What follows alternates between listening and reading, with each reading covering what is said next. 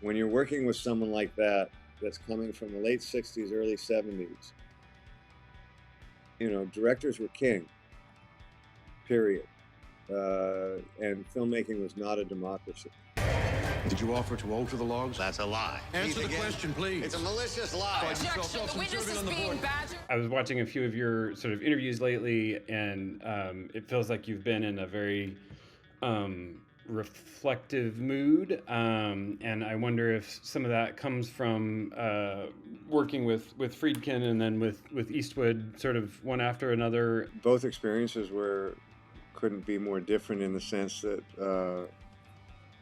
literally from the outset, William Friedkin phoned me up and asked me if I would do the Caine Mutiny, and I wrote a letter to Clint Eastwood and asked him if I could do Juror No. 2. So the experiences were very different, and with regards to that, I got to work with two men that had a huge impact on me as a viewer, as a fan of film. William Friedkin specifically, I was 15 years old when I first saw The French Connection. I was a theater actor in Toronto, Canada, and after I saw that film, I wanted to be a film actor and I wanted to make movies like that. I think it's so unique to have a filmmaker that really redefined two genres of film. And within 5 years, you had The French Connection, which redefined the thriller, and then you had, within 3 years later, The Exorcist, which redefined what we perceive now as horror films. That's an incredible gift in storytelling, and to be able to do that cinematically as well, which I got to watch him do with the Caine Mutiny Court-Martial, is just. I kind of have said that watching him work was like watching a parade of talent. Right? It was just one thing after another. Aside from the few things that he would say to me that would set the parameters of what he wanted me to do as an actor playing a character, watching him kind of orchestrate 7 cameras moving at once to be able to do a 24 to 28 minute take of the whole second's testimony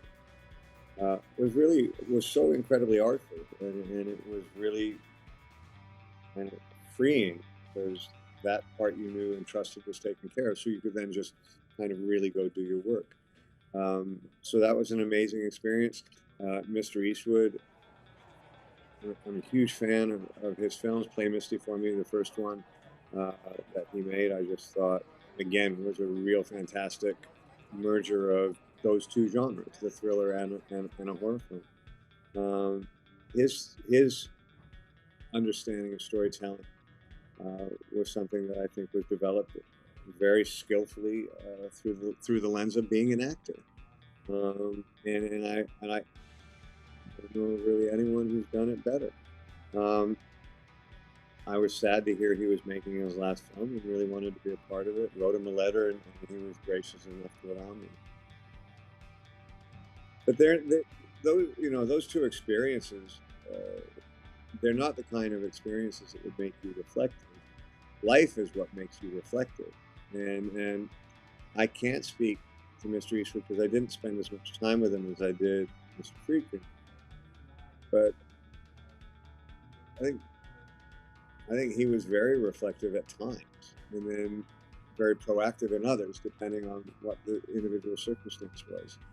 I don't think it's possible to start playing a character like Queeg and not have you be reflective in your own life, because the two things that were conflating to kind of design that character were two very kind of hard things to reconcile. The first one being kind of being forced to reconcile the person you hope to be and the person you want to be versus the person who you are, right? And then that's the real driving force of what Queeg is dealing with. And ultimately the person who he is far less great than the person he wanted to be. And I think that that's something that's very hard to handle and stomach. The second part is, in this very kind of public way, he's starting to be forced to realize that partially through age and partially this other thing I'm talking about. He's realized he's becoming less, if not completely, irrelevant, and that there are people there to take your space. And I think that that's a byproduct of becoming older. And I think that that's something that we all have to reflect on some level and accept too. And I'm certainly at a point in my life where I'm looking back and realizing certainly the days I have left are a lot less than the days that have gone by. And you can't help but kind of take stock and like, well, I know that I'm not the person I wished I had been, but I think you have to come to some kind of terms with who you are and be honest about that. And then also, it's inevitable that you're going to start realizing. I had a Critics' Choice Award, and I saw all these great actors, and I see them, I'll watch them in a movie. I didn't know their names. They were much younger, and they're great, but you can't help but go up. I'm in a different place now. And I don't feel bad about that. I certainly knew that was coming. I've watched it. I've seen other actors' careers. But they're all things these are the markings of the beginning of kind of feeling older. And I think it was interesting to go through that kind of on my own level, and then play someone like Puig, who's going through that in an extreme level, in an extreme circumstance. But it gave me an insight to try and help make him a really empathetic character. Because I'm going to feel bad for anybody who is going to actually honestly acknowledge that they aren't the person that they wanted to be. But I do believe that as things change, as doors might close, others open. And I do believe that that's a real possibility. and I'm excited about tomorrow as much as I've ever been, right? It's just, can't help but noticing that your place has changed. And it's also other stuff. I mean, you don't run as fast and stuff like that, and you just, it's interesting, because I've thought a lot about this over all the years, like, what is this stage of life going to be like? And what is that stage of life going to be like, et cetera, et cetera, et cetera. And trying to also be aware of living the one you're actually in right now.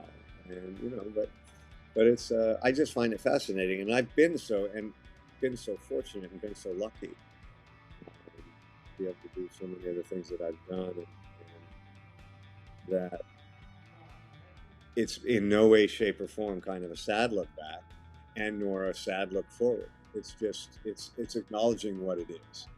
I saw in one interview you were saying, like, I was ready to do this performance, eight performances a week for the rest of the year. Would going back to theater be a challenge that you'd be intrigued by at this point in your life, or is that Phil too far away? I think the last time I was on Broadway was that championship season with Jason Patrick and Brian Cox. That was about 10 years ago. I'd been doing 24 for almost 10 years, so I felt I've been afforded the year that it would require, and in fact, a year and a half it would require to not do anything else but that play. Those are hard commitments to make if you still have ambition for a series or a film. And if you have anything like that in development that you hope to come to fruition down the line, those are hard commitments to make, and they get harder to make down as you get older. Now, having said that, there's also that time where maybe no one wants you to work, and then you can go do a play all day long, so you never know. Can you prove that it isn't you? Only by citing a clean record of 21 years as a naval officer over the word of a man standing trial for a mutinous act. How did you see that sort of talent and filmmaking decision-making coming out on in essentially one room film? I would compare it to that of Alfred Hitchcock with Rope. You know, I mean, it's of that skill. And you can say he shot it like a play, but he didn't. I mean, we blocked it like a play as actors. And we went through that. But the camera setups were unlike anything I'd ever seen. And normally you come across a battery of cameras like that, and we would do that on 24 every once in a while, but 3 cameras would be just ISO cameras. They wouldn't even have sound, right? They're just for cutaways in case the other stuff doesn't work. All these 7 cameras were moving. It was like looking into a Swiss watch, and they weren't running into each other, and they weren't blocking each other, and they weren't cross-sectioning each other, and the dolly grip of one camera wasn't tripping over the focus puller of the other camera. So that's not just shooting it as a play. There was an intricacy and an understanding of what those cameras were going to do and where he was going to need them. The other thing that was really bizarre, because after the first take, so that whole second testimony is about 24 to 28 minutes, somewhere in there, long take. And he wanted to move on after the first take. And Jason Clarke willed me to go ask him, beg him for a second one, because I worked very hard on getting it where I could be, and I didn't want it to just be over in one 25-minute kind of thing. And so he gave me a second take. But when I went over to ask the question in the first place, he was already cutting the first take. He was editing it because he knew which parts he wanted. And so he gave me the second take, but I also knew it was never going to be used, right? Because the first take had already been cut into the movie. But he got what he wanted, and he's the guy I'm working for, right? And I like the fact that when you're working with someone like that, that's coming from the late 60s, early 70s, you know, directors were king, period. And filmmaking was not a democracy. It was a dictatorship. And although I absolutely politically believe in democracy, there was something really comforting about, okay, you're gonna be responsible. Yeah. Okay. Well, he's one of the few people that I would work with that I would feel comfortable letting be solely responsible. And he did a beautiful job with it. It's been a few years now since you've directed. Is there any interest in that for you in returning, or you got your sort of handful out and you're kind of like, that's not who I am? No, it wasn't that at all. I mean, it was kind of invariably more complicated than that. You know, I had made a film where I'd been lied to by the producers about the budget that I had agreed to make the film for. A year into pre-production and getting everything ready, they told me I had half of that budget. So reluctantly, I threw in my salary, and then by the time I finished shooting, they took away another half of the budget. And I think after that year and a half, I was just so crestfallen by the process and kind of broken by it, and that people were allowed to behave like this and do this. You know, that I just made a decision not to put myself in that position again. I don't regret it. I regret that the business can be like that. But the other 3 films I made were great experiences, and with people that didn't lie and kept their words with everything. And it was, you know, I learned so much that still I call on today as an actor from those experiences. I wouldn't trade them in for anything. But I also have really liked the directors I've worked with, excuse me, over the last 20 years.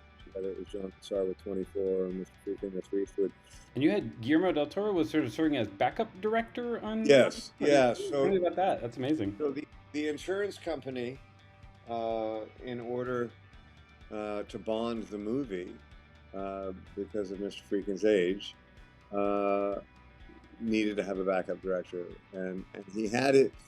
I think J.J. Abrams was one as well. He had like a host of directors that were lined up to come in and take over if need be, and the list was like every director you'd ever hope to work with in your life. And I think Guillermo, I'm sure, was like so stoked about it too, right? He was very sweet. He was very funny, and I have to tell you, I really appreciated his advocacy to try and get powers that be to release this movie as a feature. I think that would have been fitting for Mr. Friedkin. I think it would have been fitting for this film. Sadly, he was not successful, but I really appreciate the fact that he spoke up for that.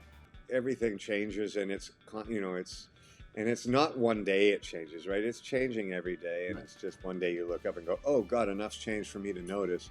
I have great hope for this industry, and I cannot tell you, when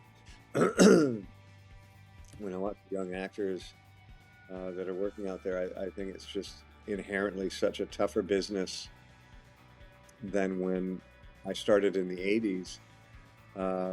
Technology obviously being the major factor that has changed it. And I see those actors, because I think the internet can be not the nicest place all the time. I think it's so fascinating to see this young group of actors having such great success, but also such great friendships amongst themselves. And I think that, to me, is the most encouraging thing that I've seen in a long, long time. And I think it's showing in the work that they are doing. And just also the huge variety of work that they're making. So I've got big hope for them, folks. Who are you talking about specifically? Margot Robbie with Barbie. I'm so bad with titles right now, but and I'm gonna blank on all of it. But I was referring to kind of watching the Academy Awards and just seeing kind of the earnest friendships that were there and the kind of celebrations for each other's success. Mm-hmm. And I liked that a lot. I was very happy to see that. Reminding you of your sort of time in that sort of 80s moment. Well, no, I never had that kind of success, right? I was, I think the closest I ever got to the Academy Awards was presenting an award to the Canadian Film Board for great achievements in the past. and that was a really exciting day. I'll never forget it. But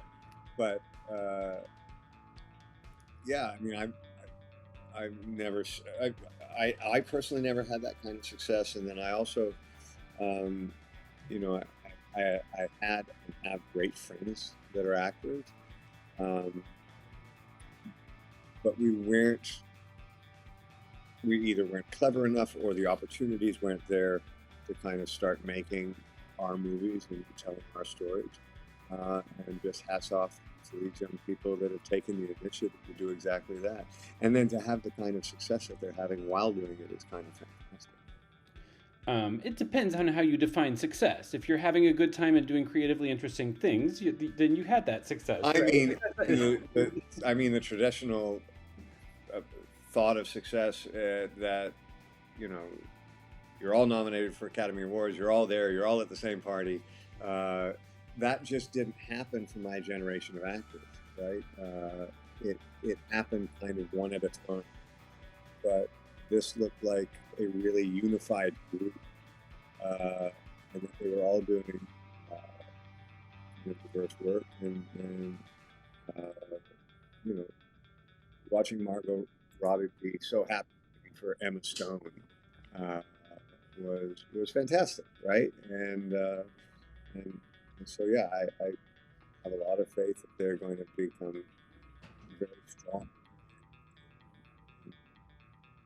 Their friendships and what they'll be able to do for the business. One other Caine question. I saw that you had mentioned in one of your interviews talking about when you were sort of gigging, that when you used to go out and your hands would be shaking so much that you had to like figure out a way to get past that. And so it reminded me of sort of Captain Queeg's rolling his balls and Yeah, well, but it starts even before that, where he starts kind of picking at his thumb. I've always been interested in kind of signaling through some form of physicality what's happening on the inside, and especially someone like that who's in a perfectly pristine naval uniform, sitting properly in the chair, and then the foot angle in that direction is just to show you that something's not right. He's really uncomfortable. And then the kind of fastidious kind of fiddling with the thumb. Well, that's to show you he's got the heartbeat right now of a hummingbird. Even though he looks perfectly calm and fine, he's not. There's a terrible thing going on inside there. And the first time I ever got to do that was in Stand By Me. And it's the scene where Ace is racing his friends in the other car, and a truck is coming down the highway in the opposite direction. And Rob Reiner was one of the most generous people I've ever worked with. He would always let you come to him with an idea, and even though he would say no to 99% of them, he made you feel good about having it, right? And the one idea I had that he liked was I wanted to put the toothpick in my mouth. And it would just be going back and forth kind of slow as we're driving. And then the truck comes over the hill and we see that we're going to play chicken, and it starts to speed up. And as we get closer and closer to the truck, it starts to go faster and faster and faster. So it's just the tell of how frightened this character is compared to what they're showing. And so I've always liked doing and it can be in reverse too. It could be in an incredibly, potentially excitable situation, and you can see that someone is absolutely frighteningly calm, right? So it's just, it creates a duality, at least in my mind, that allows me to kind of maybe pick alternate tempos for dialogue and things like that, that I found really helpful. And so Queeg, because he was just so not straight, was a fantastic opportunity to show this physicality, because, of course, very little what he was saying was actually what he was thinking and feeling and or the truth. Isn't it obvious that one of you is not telling the truth?